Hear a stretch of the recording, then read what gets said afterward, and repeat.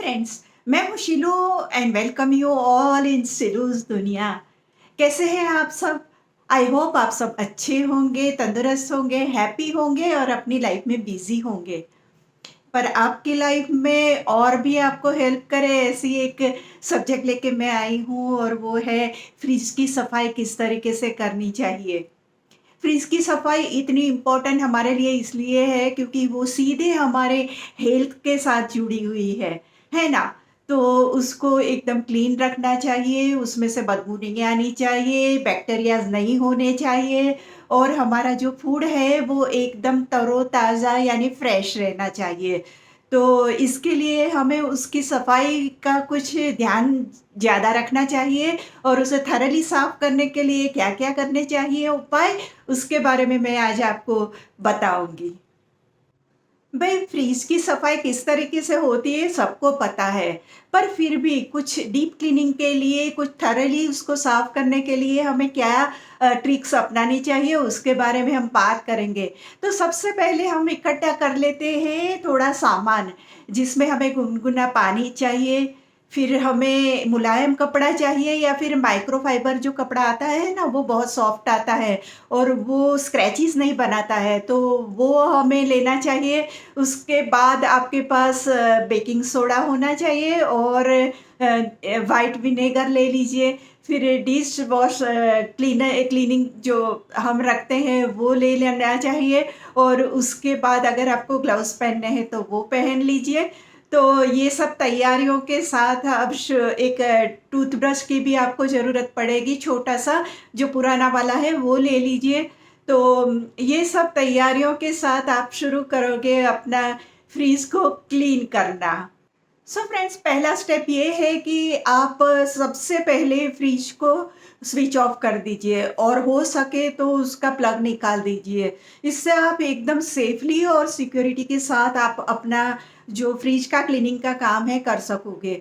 और इसके साथ आपको ये देखना है कि फ्रिज में जो चीज़ें हैं वो सब निकालनी है और एक जगह पे सेफ जगह पे रखनी है।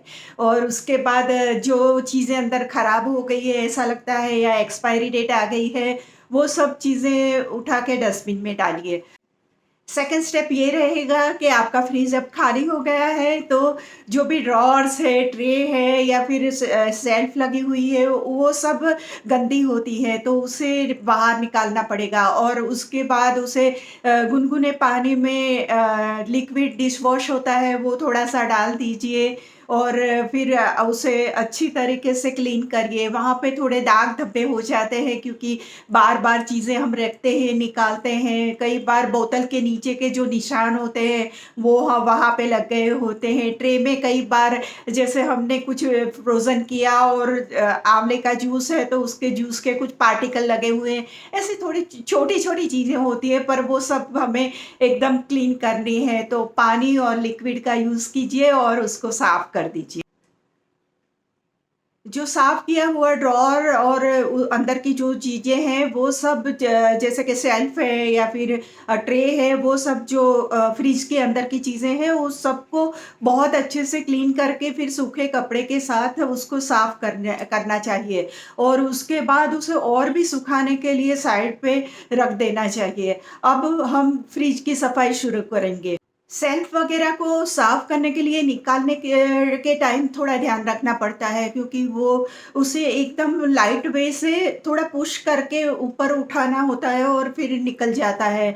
हर एक फ्रीज में अलग-अलग सिस्टम होती है, पर हाँ, ये एक बहुत ही इम्पोर्टेंट चीज़ है कि उन लोगों ने वहाँ पे जगह दी हुई होती है। उसका यूज़ करके फिर उसको धीरे से उठा के निकालना पड़ेगा, नहीं तो क्रैक हो जाएगी। तो थर्ड स्टेप ये है कि फ्रिज के अंदर की साइड की सफाई करनी। तो इसके लिए आपको एक अच्छा-सा घोल बनाना पड़ेगा। गुनगुना पानी लीजिए और उसके अंदर बेकिंग सोडा डाल दीजिए या फिर विनेगर डाल दीजिए, और ये जो घोल होता है ना, वो बहुत अच्छी तरीके से अंदर की सफाई करता है। और दूसरी बात ये भी है कि उससे है ना, जो बदबू आती है बहुत बंद रहने की वजह से, या कुछ खाना खुला रह गया उसकी स्पेशल स्मेल होती है, वो जो बैठ गई होती है ना, वो सब निकल जाती है। तो इसके लिए ये जो आपको जो भी ठीक लगे वो दोनों में से उसका इस्तेमाल कीजिए। और फिर एक जो मुलायम कपड़ा है या माइक्रोफाइबर जो कपड़ा है उसको उसमें भिगो दीजिए, और अंदर से धीरे-धीरे सभी साइड से देख के, कोनों में ज़्यादा देखना पड़ता है, जो कॉर्नर्स होते हैं ना, वहाँ पे धूल-मिट्टी रह जाती है या फिर थोड़ी चिकनाई या कुछ गिरा है तो वो रह जाता है, वो साफ़ करना होता है। और अगर कई बार हम चीज़ें निकालते टाइम पे गिरा देते हैं तो वो जो तब तो साफ़ किया है, पर उसको डीपली क्लीन करने के लिए आप जो टूथब्रश है उसका इस्तेमाल कर सकते हैं। पर उसे रगड़ के नहीं साफ़ करना है, धीरे-धीरे उसको जेंटली साफ़ करना है, और जो कॉर्नर्स हैं वहाँ तक आपको क्लीन करना है। यानी अंदर से आपकी इतनी अच्छी तरीके से फ्रिज की सफाई हो जाएगी कि आपको स्मेल भी नहीं आएगी और एकदम चमचमाता फ्रीज़ हो जाएगा। अब दरवाजे के ऊपर जो गास्केट लगा हुआ होता है ना अंदर की साइड पे, उसे बहुत ध्यान रखना पड़ता है, क्योंकि वो जितना पुराना फ्रिज होता जाता है ना, फिर वो इतना अच्छी तरीके से बंद दरवाज़ा नहीं होता, तो उसे बहुत ज़रूरी है कि उसे अच्छी तरीके से डीप क्लीनिंग किया जाए। तो उसकी जो दरारें होती हैं ना, वहाँ पे धूल-मिट्टी कई बार जम जाती है, कई बार ऐसा भी होता है कि बहुत पुराना है ना, तो जैसे छोटी-छोटी चींटियाँ या ऐसे कुछ वहाँ पे घुस गए होते हैं, तो उस वो सब आपको निकालना पड़ेगा। तो उसके लिए आप अच्छे से जो टूथब्रश लिया है ना, उसको धीरे से अंदर की ओर थोड़ा मोड़ के फिर अच्छी तरीके से उसकी सफाई करनी पड़ेगी। क्योंकि ये जो गास्केट होता है ना, वो बहुत इम्पोर्टेंट जगह होती है, क्योंकि वो जब प्रॉपरली बंद करता है दरवाज़ा, तो अंदर की जो कूलनेस है वो वहीं पे रहती है, नहीं तो कूलनेस अगर बाहर लीक होती रही तो आपका लाइट का बिल बहुत बड़ा आ जाएगा। तो वो हमेशा साफ़ करना चाहिए और गास्केट को प्रॉपरली मैनेज करना चाहिए। अब डीप फ्रीज़ को भी देख लेना चाहिए, क्योंकि उसमें इतनी सारी चीज़ें हम जमा करते हैं, तो फ्रोज़न फूड होता है, उसके अलावा बहुत सी ऐसी चीज़ें जैसे हमें कई बार बच जाती है और हमें लगता है कि इसका जैसे ग्रेवियाँ हैं, ऐसी चीज़ें हैं, वो हम वहाँ पे स्टोर कर देते हैं, तो उसको थोड़ा अच्छी तरीके से देख लेना चाहिए। आजकल तो बर्फ़ जमे उस टाइप के तो कोई फ्रीज़ होते नहीं हैं, तो ये हमारे लिए ईज़ी रह जाता है कि किस तरीके से हम डीप फ्रीज़र को क्लीन करें। तो वहाँ भी चीज़ें बाहर निकाल के रखें जो अच्छी नहीं है या एक्सपायरी हो गई है, उसे फेंक दें, और जो अंदर की साइड है वहाँ पे भी इस तरीके से जो आपने अंदर की सफाई की है वही घोल का इस्तेमाल कीजिए, वही कपड़ा इस्तेमाल कीजिए और सॉफ्ट कपड़े से अंदर से भी साफ कर दीजिए। और अब ये सब हो जाने के बाद आपको एक सूखा कपड़ा लेना है और उससे पूरा फ्रिज का डीप अंदर से साफ करना है, यानी अंदर से जो बॉडी है फ्रिज का, वो सूखे कपड़े से साफ करना है, यानी मॉइस्चर नहीं रहना चाहिए, और उसे अच्छी तरीके से डीप फ्रीज में और जो मेन फ्रीज है वहाँ पे सब जगह पे आपको क्लीन करना चाहिए, और इसके बाद फ्रिज को खुला छोड़ देना चाहिए थोड़ी देर के लिए। और तब तक आप फिर नेक्स्ट स्टेप ये करेंगे कि आप बाहर की जो बॉडी है उसका क्लीनिंग करेंगे, यानी फ्रीज के बाहर की साइड है उसको क्लीन करेंगे। नेक्स्ट है कि फ्रिज के बाहर की जो बॉडी है उसकी सफाई करना।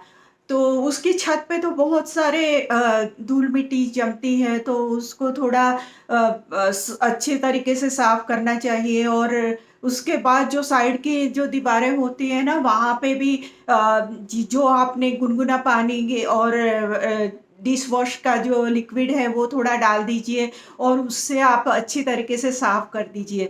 तो इससे है ना एकदम मुलायम कपड़े से साफ होने की वजह से वहाँ पे स्क्रैचेस नहीं होते। और ये भी आप कर सकते हैं कि आपके पास कोई शैम्पू पड़ा है जो ये आप यूज़ नहीं करते और माइल्ड वाला शैम्पू है, तो उसका भी यूज़ आप उसकी क्लीनिंग के लिए कर सकते हैं। तो इस तरीके से बाहर की बॉडी की अच्छी से सफाई करनी चाहिए। दरवाजे की ज़्यादा करनी पड़ती है, क्योंकि दरवाज़ा हम बार-बार खोलते हैं, तो उसका हैंडल जो होता है ना, वहाँ पे धूल-मिट्टी जम जाती है, कई बार हमारे हाथ के दाग पड़ जाते हैं वहाँ पे, तो उसे थोड़ा आपको ध्यान रख के साफ करना पड़ेगा, निकल जाए वहाँ से दाग वगैरह, तो वो देखना पड़ता है। और जो हैंडल के ऊपर का यानी डीप फ्रीज और जो फ्रीज है उसके बीच का जो डोर है ना, वो डोर के सतह पे भी बहुत सारी धूल मिट्टी लग जाती है। ये दो डोर के बीच की जगह होती है, तो उसे भी अच्छी तरीके से देख लेना चाहिए। सो इसी के साथ आपकी फ्रिज की सफाई का काम है वो पूरा हो जाएगा। अब फिर से चेक कर लीजिए कि फ्रिज एकदम सूखा हुआ अंदर से है। फिर उसके अंदर शेल्फ वगैरह लगाना शुरू कर दीजिए। और वो उसके बाद जो सामान आपने अंदर से निकाला था उसे पोंछ-पोंछ के आपको अंदर रखना चाहिए, क्योंकि जो ठंडक में से फ्रिज में से बाहर निकाला हुआ सामान है ना, उसके ऊपर पानी की बूंदें बहुत हो जाती है। तो उसे पोंछ-पोंछ के फिर अच्छी तरीके से आपको फ्रिज में सजा देना चाहिए। और इसके साथ एक अच्छी-सी ये टिप देना चाहूँगी कि जब आप फ्रिज में अपना फ्रिज फिर से सजा देते हैं या मैनेज कर देते हैं, उसके बाद फ्रिज में एक कटोरी में जैसे नींबू के छिलके होते हैं सूखे हुए, वो रखें और फिर खुला छोड़ दें उसे। तो इससे है ना, जो फ्रिज के अंदर बदबू आती है, बैड स्मेल आती है, वो सब निकल जाएगी और आपका खाना ताज़ा और फ्रेश रहेगा।